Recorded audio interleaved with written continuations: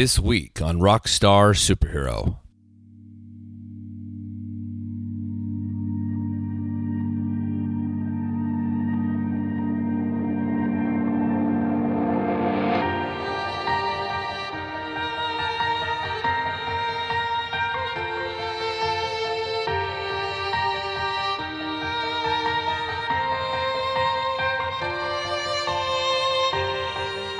A close friend of mine, who also happens to be one of the best bass players I've ever done a recording with, also happens to be related to the singer of this incredible band, Værisa. Tim made the connection, and here we are. It turns out that the band is far more than some nepotistic recommendation, but one of pure talent and joyful introspection. Amazingly melodic and purely symphonic in its singularity, Værisa has tapped into the musical works that inspired them, and yet they remain wholly original and powerful. We had a fantastic time talking today, communing over silly stories and the odd way in which they found each other, literally 8,000 miles apart. Oh, and sorry about the cat. This is my connection with the sound, where the past meets the future. The future's name is Værisa, and these incredibly talented musicians are my guests today on the Rockstar Superhero Podcast.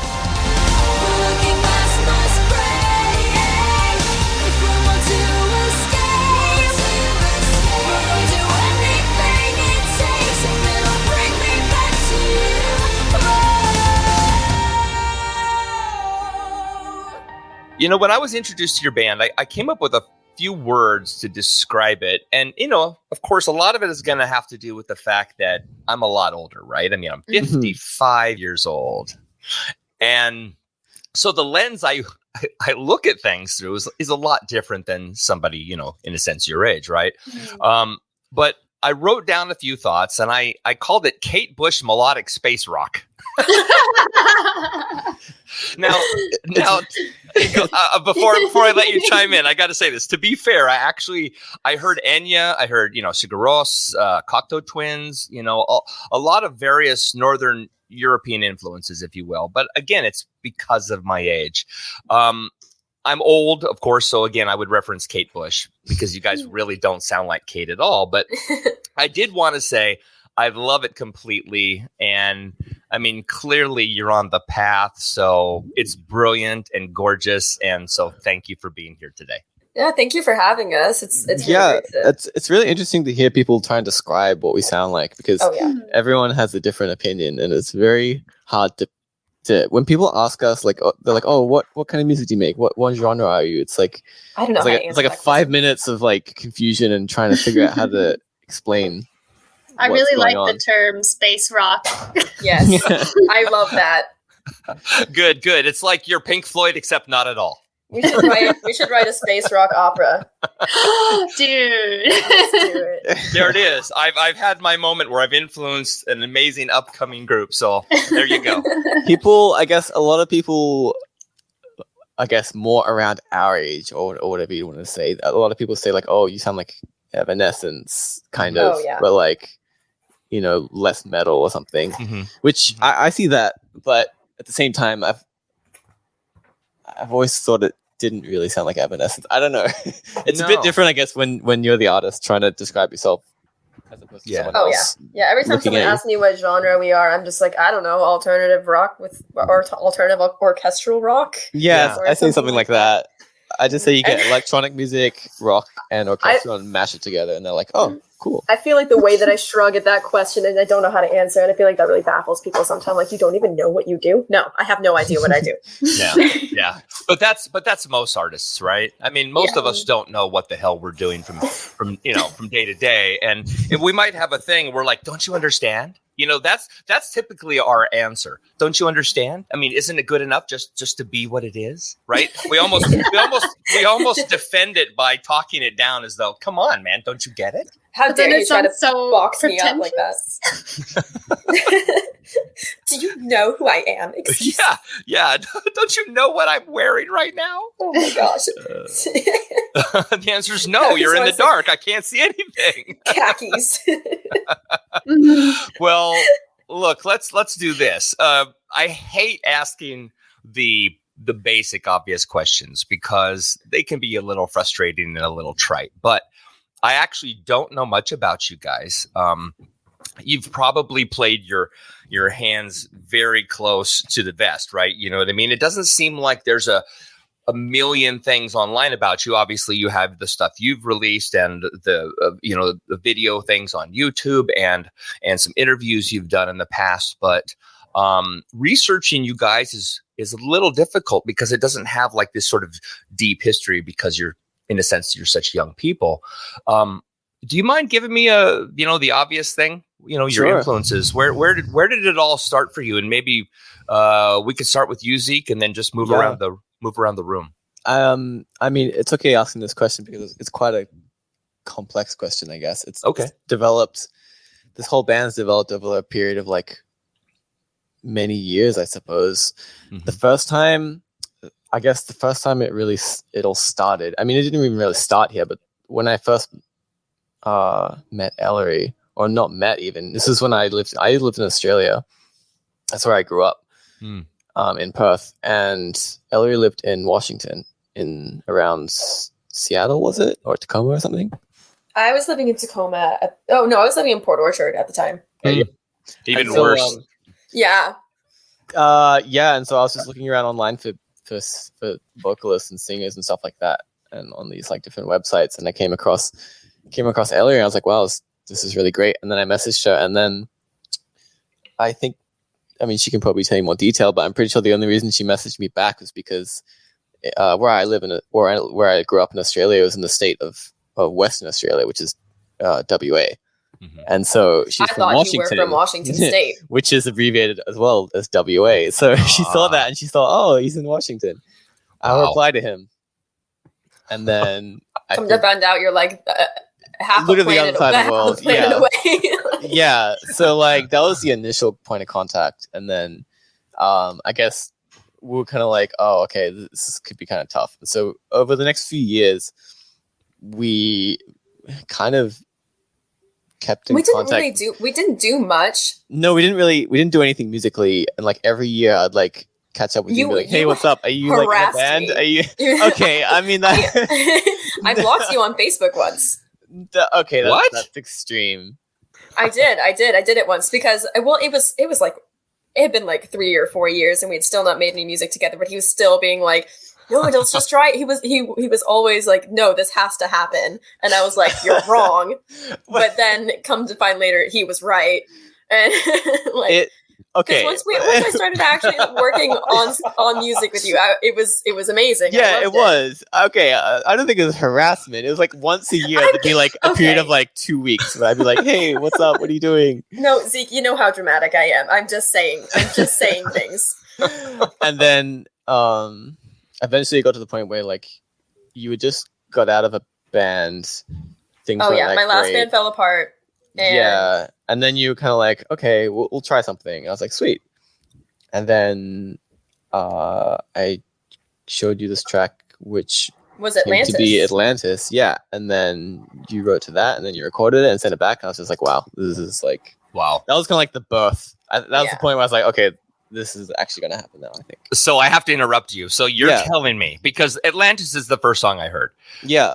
So you're telling me you wrote Atlantis in its entirety and Ellery just added vocals? That's how. Oh my Lord. That's pretty much how all of our songs. That's how the songs go. Zeke writes like all of the music except for violin now. And yeah. That's where Kimberly brings the flavor. Yeah. Spice. Yeah, so she just added all that. The easiest job. Yeah. I apologize too if I interrupted the story, if there was more to go, but no, I think that was basically it. That's the inception. Yeah, that is so fantastic. I mean, how did Kimberly end up coming in? I mean, was there an audition process, or did you guys know each other through a network?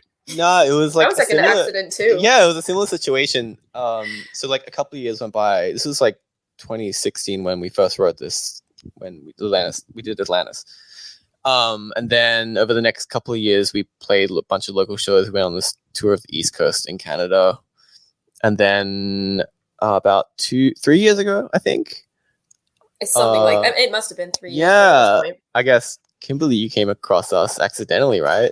Yes. Basically, I had just graduated Masters of Music in violin. Mm-hmm. So classical stuff. And then basically I was like, I really need work. And so I was on Kijiji of all things and looking for gigs. And then this ad, well, it was originally, I was living in Montreal, but I had like set it to Toronto for some odd reason. And so then their ad came up looking for a violinist and a cellist. And I was like, oh, that's so cool. Like, I love rock music. I grew up listening to it. And then I listened to the tracks and I was like, oh my God, this sounds like super professional. Like, this isn't just like some random like basement band or something. Right. Like, this is a high caliber group. Yeah. And so I was like, you know what? Like, I just sent them an email, like with all of my playing and stuff that I'd done. And then I was like, okay, I'm going to book a train like now, and I'm going to go rehearse with you guys so we can just make it happen. Like, I was like that intense about it. You know? Yeah, you know, and like, the first time I ever heard you put anything on one of our songs, I was just in tears. It was just gorgeous. I love what song was it actually? I don't remember. I don't remember what song it was. Oh yeah, you're right. Because you just got on a train. Yes. And then came to, this is like within like 48 hours or something. That you like, I was like, yeah, I'm gonna get a train and come. And I was like, cool. I was so ecstatic. And then, then you came and we met, and I was like, whoa, it's just really cool. And then I went to Montreal pretty soon later, and then came over and we recorded, Convalesce. So that was really cool. So that must have been the first one then, yeah, it was. So Zeke, so did you guys all end up then in Toronto, or are you still separated by miles? At the moment, we're separated. It's kind of been like, it's been a bit all over the place. Like, back when Kimberly joined us, she was living in Montreal. Ellery was living here, so was I. Here's in Toronto. I was in Hamilton, Ontario. Oh, Hamilton. Okay, I know right where that is. Okay. Yeah, Ellery was in Hamilton. Basically like Toronto, though. Like, it's pretty much the same spot, but more industrial. Yeah. Yeah. But I was just a bus ride away at that point. Yeah. And Kimberly, you were in Montreal for a while until like not too long ago, but now you're in Thunder Bay. But you're actually in Vermont right now. Yeah. I've just gone where the work is. So I just moved to Thunder Bay, Ontario, because I won my first professional orchestra job. Thank you. So basically like, but what's super cool is Toronto is less than a 2 hours flight away. So for example, the show that's coming up, I've already got a plane booked to go down early and rehearse and play the show. Yeah. So then with you guys, I mean, I know we're kind of jumping all over the place here.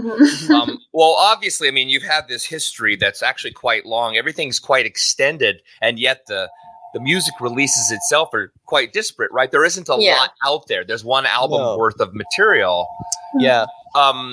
You know, do you play festivals to kind of keep yourself fresh out in the world? I mean, I can't imagine you're touring because there's nothing to tour behind. Yeah, I was just going to say the last year and a half, there's not really much going on. I feel kind of gypped because right when we just got a manager and we were about to do a bunch of stuff, and then all of a sudden I'm back in Washington and the pandemic hit. And so it feels like right when we were about to gain momentum and start doing a bunch of stuff, I think we were going to plan a tour in 2020 and it just all it was annihilated. Yeah, it's been like, it doesn't really feel like it's only the last year or two that we've really actually picked up and ramped up a bit. But obviously COVID kind of slowed that down, but now things are actually happening. Because for a long time, especially being all over the place, it was kind of hard to get things together. And like, we were working on different projects here and there, like doing some film work and like trying to get EPs out, and not really sure exactly how we should go about doing all this stuff. And then we found some management, and they're like, okay, so like, why don't we grab all this music you have, put it on like a single release, and we've got a few more songs we're going to put in there as well, and then release that as a proper album beginning of probably early next year. Nice. And then that way it'll be properly released and we'll market it properly, and then that will be kind of like the main I guess the main beginning of everything is the way I'd see it. Yeah. Right. It kind of feels like we're starting brand new. The last few years, like all these songs we've been putting out, they've kind of been like in a demo sense, like we kind of just put them out for the sake of having them there to expose ourselves a bit to the world. Not so much had a plan about how we're going to go and promote it and release it and stuff like that. Yeah, but Atlantis, that's not a demo in the sense of, I mean, the recording is very... Right. No, the recordings themselves aren't like... no. Yeah, okay. To us, the demo... Well, I mean, the versions that were up when they were put out were definitely demos to us. Right. Yeah, and they didn't have Kim's violin in the original stuff that we had. So we re-released all of that, too, with Kim's violin. We kind of just updated things as we've gone along. Yeah. But it'd be nice to kind of consolidate everything into something proper this time. Yeah, no, that's fantastic. You know, it's interesting, you guys talking about all these variations on your life. Most people don't understand, and I'm sure you encounter this all the time. Most people don't understand that bands rarely make much money, right? There's usually a lot of logistics involved, and they're all passion projects, right? We're out there putting our material out there because we're saying, listen to my voice. And we're hoping somebody kind of gloms onto it, right? Some management company or some promotional company or a group of people say, I love that and I want to talk about that. Right. You know, Kimberly kind of said, obviously, she just recently, you know, she's doing some orchestral work. What do you guys do when, I mean, without getting too personal, what do you guys do on the side when you're not playing, you know, music here? Are you session musicians? Are you touring with other artists? Are you selling shoes in a store? I mean, I did whatever it took, you know, so I'm curious. Well, for me right now, I think I'm just sort of like, I don't do a whole lot outside of this band right now. That's awesome.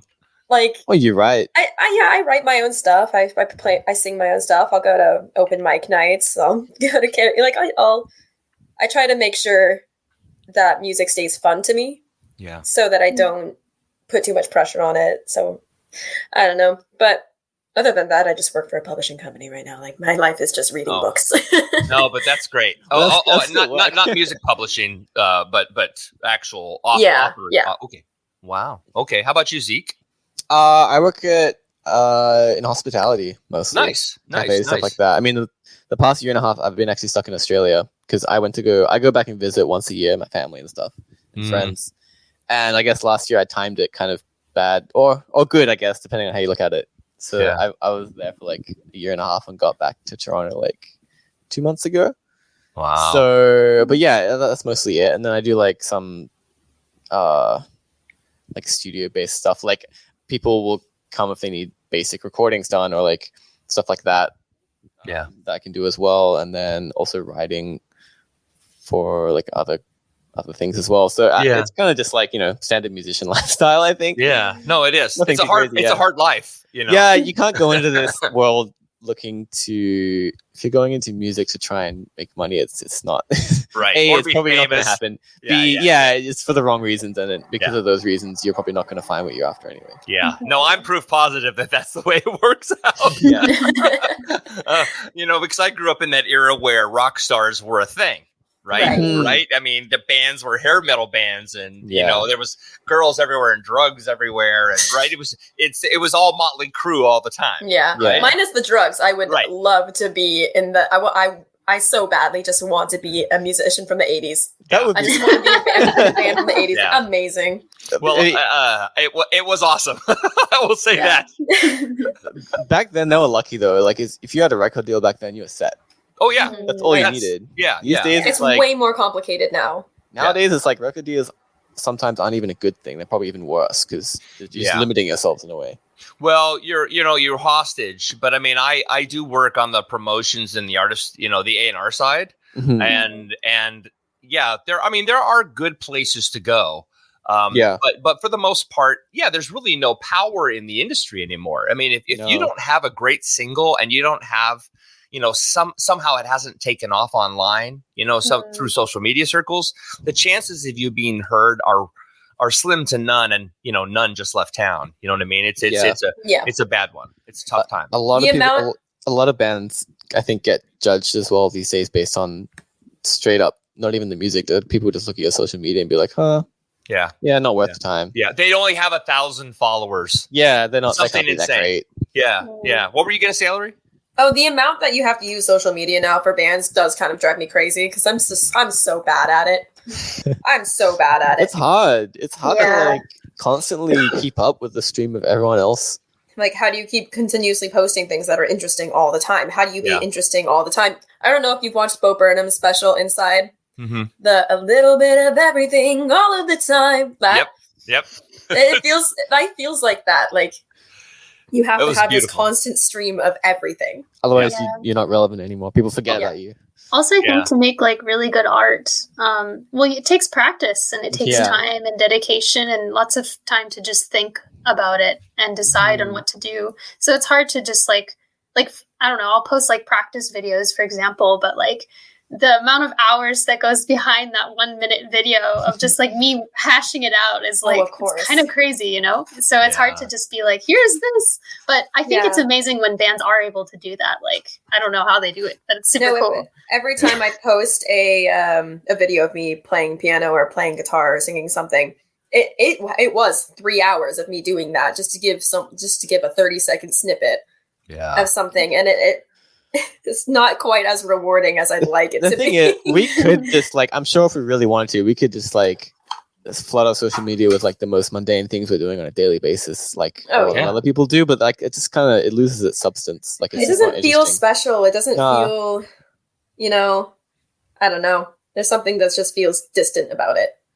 Yeah, no, it's true. I mean, I've discovered over the last 5 years of interviewing different bands, from mega bands to the newest entries into the business.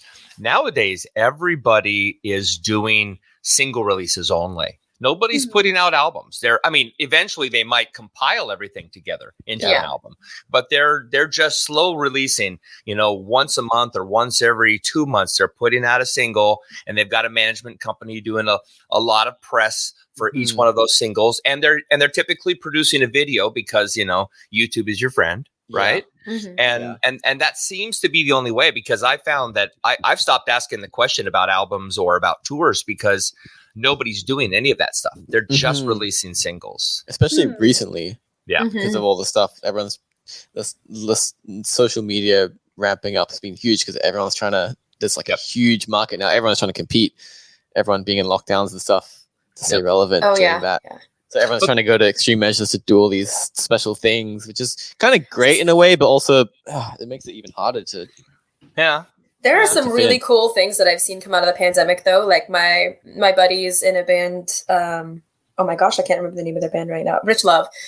They're with Adam Mitchell and stuff. They did live shows during the pandemic where they just had the Facebook live room, and they'd have people come in and they'd have little videos that they made and performances all compiled into one thing. It was really cool. There was a lot of cool stuff. It definitely accelerated like that whole online presence and like but you have to be a major fan to want to spend money on a live stream. I mean, really, because when you get down to it, there's so much freebie. Why would I pay, especially for a band like Leprous is one of my favorite bands. I don't know if you're familiar with Leprous, but they're fantastic. And you kind of music you do, I think you would connect with them, right? And here, they're very orchestral, very progressive, very thoughtful, lilting. But that doesn't translate well to video. I want to see it in person because that sort of thing, like your type of music, it's lovely, but I want to see it live because I'm going to cry live, if that makes sense. Yeah. That's definitely the thing with me with this music too. I'm so antsy I want to do a show. Like, I want to put on the best show that I see in my head when I hear our music. Right. But we don't have that capability right now. But I'm like, no, I want fire. I want magic tricks. I want all of this. I have so many ideas in my head. I'm going to learn all these dance moves. Well, I have a relationship with Josh Graham from Ivy. I don't know if you know who he is, but he did all of the stage, the video, and all the lighting production for Soundgarden. A lot of big bands, and he lives just on the other side of the water Ellery over on the peninsula. And I'd love to connect you guys if the timing ever happens, because that's a guy who really knows his poop. You know what I mean? Sure. And you guys, I mean, your music is so epic. It requires that level of visual stimulation, right? Yeah. I mean, going back to the space rock thing, it's like Pink Floyd. If you watch Pink Floyd live, I mean, sure, you can sit there and say this is lovely, but it's that visual stimulation that, you know, that collides with the sound, right? All those pinks and purples and weird lasers and, you know, flying cows and whatever the hell that is. You know what I mean? I think my dream is that when people come to see us, they're not just seeing a band. I want to put on an entire, it's a show. It's a thing. Yes. You know? Yeah. I think that's what I want. The bands that, I mean, some bands even go that way at the moment. I mean, if you've ever seen Muse. Yes. Oh, I love Muse. Yeah. They're like, amazing. They're a great example of how you can blend not just the music, but like a visual element, a performance element, make it look way more, you know, way more interesting than just those bands you'll see. They'll stand up on a stage, you know, play their instrument, stand still. It's kind of like, it's great, but like they're not really putting on a performance. Yeah. Muse crushes live. Oh my gosh, it's amazing. I saw them at Key Arena a few years back. Oh, see, now I beat you because I saw them at the Paramount. Okay, all right. And it's better. It gets better. They opened with "Take a Bow," and it was so soft you couldn't hear the band over the audience. It was just like what? It was like, and so it forced is everybody to stop talking, and then we all just stood there in awe. And by the end, as you know, that piece accelerates and the dynamics bring it up. It's very intense at the end, and all of a sudden it was full volume at the end. And we were all just standing there. I mean, again, I was crying because I'm always crying. That's so relatable. But everybody else was just freaked. They were just freaked out because bands typically come out and they're loud, right? They kind of crush your ears right off the bat. And then at the end, you know, you're bleeding, right? They don't ever let you up, and they don't actually take you on an aural journey. They take you on a visual journey. It's that whole, I go to see a band, but I don't go to hear a band. Exactly. And Muse, I heard them and saw them. It was a beautiful thing. Yeah. And so I can't wait to see you guys someday. You know, even here on video, it would be nice to see you just so we can connect. But I can't wait to see you live because that music, the way you play, it's so fully formed. It's so mature. I'm not blowing smoke up your tailpipe. This is beautiful stuff. So my God, man, keep fighting and putting it together. Okay? Yeah, we will. I mean, it's just like when you play a live show, it's like you have a whole stage. It's like, why not make the most of every element you can? It's like you don't have to just play music. You can make it interesting to look at. And you know, we even on that East Coast tour we did of Canada, we set up like incense on the stage and fairy lights. Yeah, stuff like that, just to like, you know, make it a little bit more interesting. Yeah. I always felt a bit silly doing it. I always felt a little bit silly going on stage and like setting up these little lights. I was like, how pretentious do we look right now? I have no idea. But it's like people don't look at it that way. They see it as like, wow, they're doing something different. Like, this is cool. Like, are we going to do that in Toronto in November? Yeah. Yeah. The mood. It's all about the mood. Exactly. You have to create a mood. Nobody will remember you if you don't have a mood on stage. Right. They will.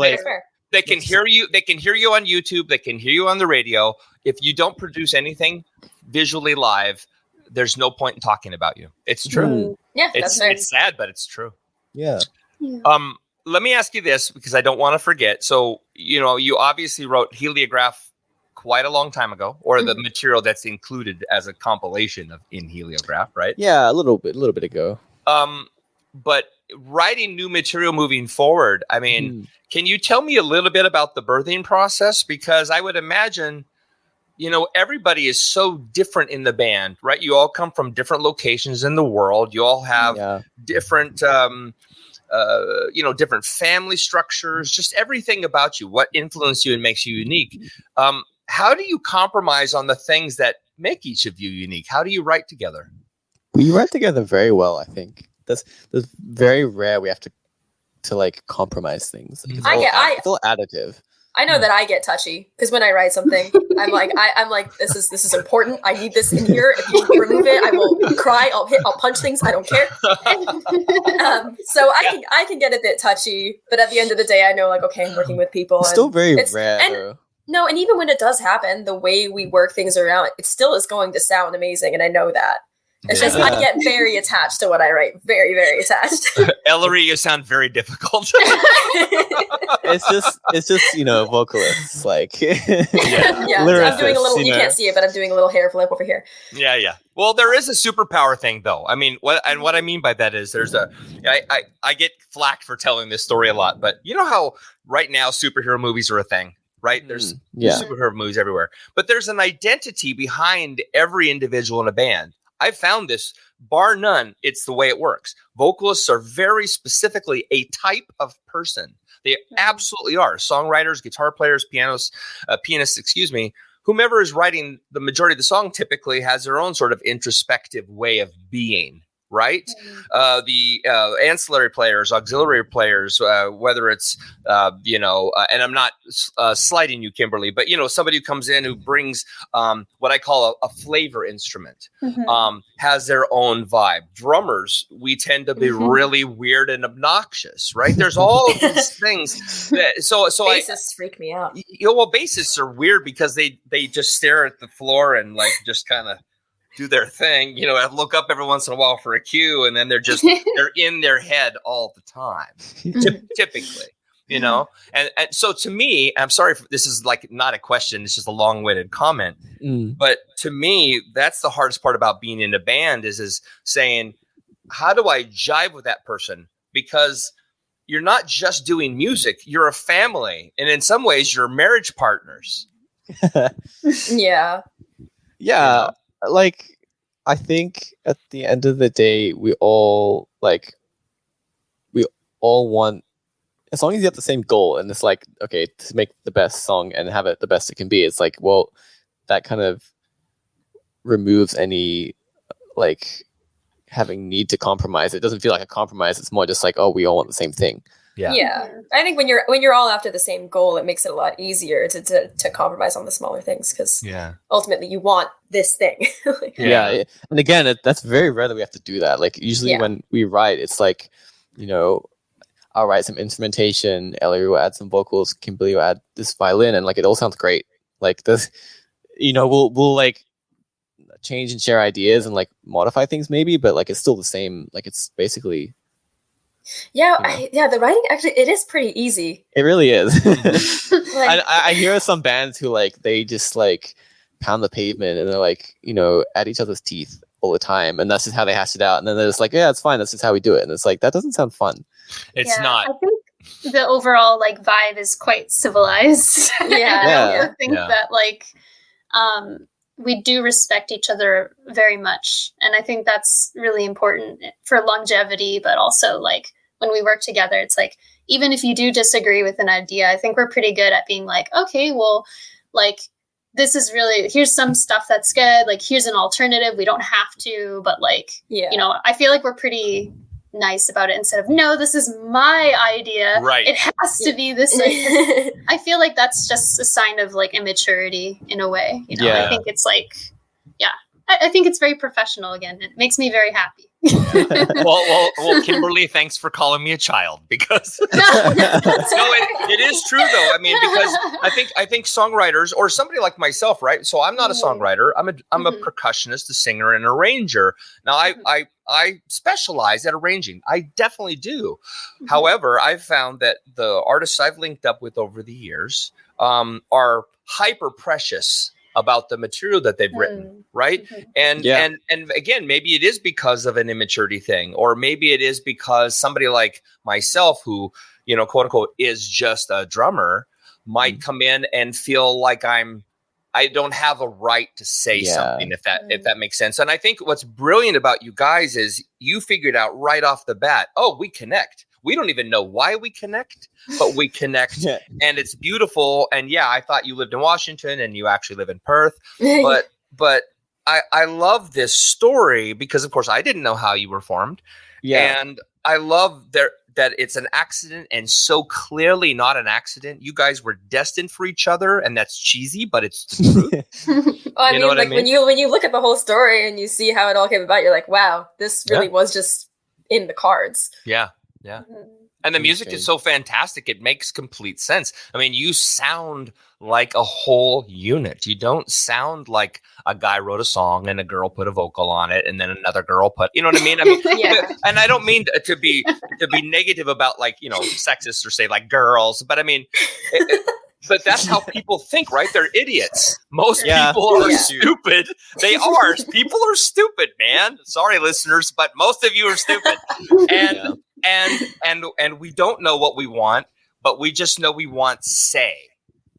Yeah. You know what I mean? Because we want to have our voice heard, and artists, because we're artists, we don't want our voice heard. We want our souls heard. Yeah. I think obviously it's tough because when you're an artist, it's like when you make something, it's like even if somebody wants to change something that makes it different, it's not necessarily because it's bad that you feel kind of uncomfortable about it. It's because it's like, oh, that this is what I created. It's like it's meant to be. It's the art that it's meant to be. The way it is, how it came out. Like if it's changed, it's not really the art anymore. It's like it's not what I created anymore. So I suppose it depends how when bands write together. Like if you got three of those people together that have their ideas and they're like, no, this is kind of how it needs to be. That's not going to work. It's like. That's also like the other influence thing that is like so cool because like again coming from a super like classically trained background, like I do listen to things a bit differently. So like if I'm writing something and then I send it to Zeke, for example, and he's like, oh, what if we change to these notes, or he'll like describe it or even like play it on the piano for me. And I'm like, wow, that actually like sounds super awesome. And I wouldn't have thought about that with like my violin like that is something really cool too. In mind. Yeah. So in a way, I really writing like it. differently. I usually get pretty stressed out when you start like changing my melodies on me because I'm like, what high notes are you going to force me to do right now? but you have a nice range. It is really cool to be able to just have someone go like, oh, this would sound, and you can find really, really cool melodies and things that way. I think once you kind of like get past the whole it's my precious kind of thing. Yeah. Like, like if you have trust in the other people you're writing music with, that they obviously want the same thing, which is for the song to be as good as it can be. Yeah. It's easy to open yourself to be like, oh, actually, maybe I just didn't think about it this way. And maybe this is a good way to have it that I didn't think about before. I was like, it's a good thing. It's like, there's a reason when like in like the whole science world that people want each other to criticize each other because they want people to look for holes or make sure that everything's like being checked and like the best possible thing is being found. Yeah. It's kind of like that in a way, I guess. Yeah. Yeah. But Zeke, the thing is, like, for example, if I met you, let's say you didn't have a band. Okay. Let's say it was just you and you put some ad like I did in the Rocket, 25 years ago. You said, hey, musician looking to be a part of something. Well, if I met you, and this is no slight on the ladies here, I just want to make it clear with you. Okay. If I met you, I would, if you brought some of that fully formed material to me, I would do everything in my power to be in your band. Does that make sense? Like I wouldn't be trying to pressure you into changing it or making it how I would have it because it's already lovely, right? It's already special and powerful and hugely emotive, right? I mean, these are magnificent accomplishments. Right. I mean, thank you. But at the same time, it's like, I think if that was the case, then it, like, we obviously want it to feel like our music. If it was just one of us writing everything, you kind of just like, you feel you can't do it with Ellery.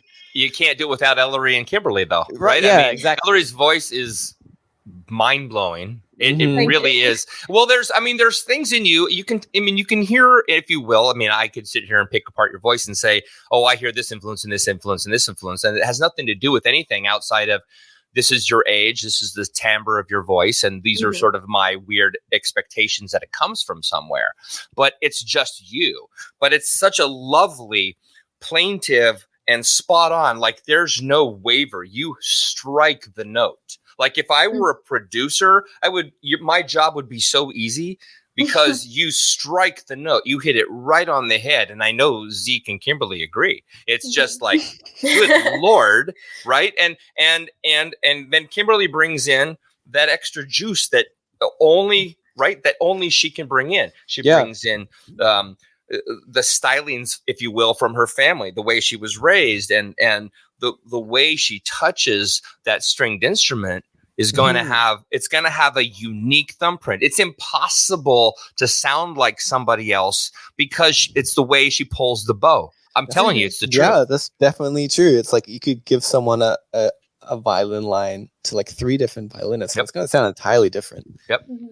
It's like a voice in itself, or like even a vocalist. Obviously, 3 people singing the same thing is going to be different. So like even if someone's singing something else that someone else wrote, it's still going to be their own way of doing it. Yeah. Are you familiar with Raphael Weinroth Brown? I'm not. I don't know if anyone else is. Okay. He's a cellist from Toronto. Okay. Oh yes, I do know him. Yeah. I love the fact that I had to say Toronto. It just kind of clicks. Yeah. Somehow it connects. But he's fantastic, and he has a lovely way of approaching the instrument too. Of course, using loops and whatnot. Right? I did. I think I saw that. Yeah. But I've loved that guy for years. I mean, I loved him before he was in Leprous, and then I saw him with Leprous, and like I told you before, I cried because it was just gorgeous. So strings are a vital part to me of a really high end work. So I just love what you're doing. Again, no question. But before I let you go, because I know you guys have to run to, and you know, and well, I'm just blabbing. But I just want to encourage you to keep battling for that new record, right? I mean, whatever it is, the singles, a fully formed album, however you do it, and get in touch with me when it's time, because I want to talk about it. I want to share it with my audience. But I have one last question for you that I like to ask every artist.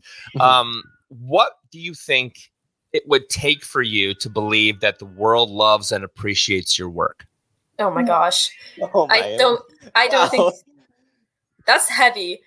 You know what? I think I wouldn't feel that way unless I'm standing on a big stage and I'm not singing anymore and the audience is doing it for me. Like I just want to have that moment where you look out and you realize that everybody loves you, everybody knows you, everybody's connecting with your music. That connection is so vital to me, and I will fight to the end for that feeling. That's a great answer.